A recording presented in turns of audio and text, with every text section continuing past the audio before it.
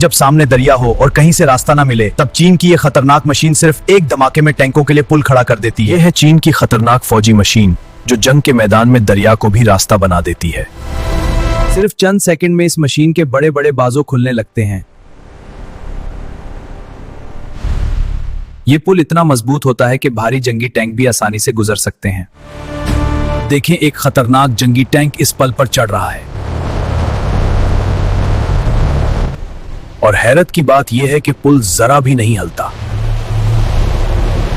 इसीलिए जंग में पूरी फौज इस पुल के जरिए दरिया पार कर सकती है। चीन की यह टेक्नोलॉजी दुश्मन के लिए बड़ा खतरा बन सकती है,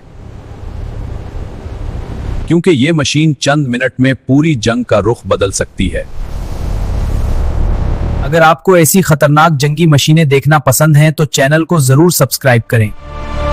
अगर वीडियो आपको पसंद आई हो तो लाइक करें, अपने दोस्तों के साथ शेयर करें और चैनल को जरूर सब्सक्राइब करें। जिंदगी रही तो अगली वीडियो में फिर मुलाकात होगी।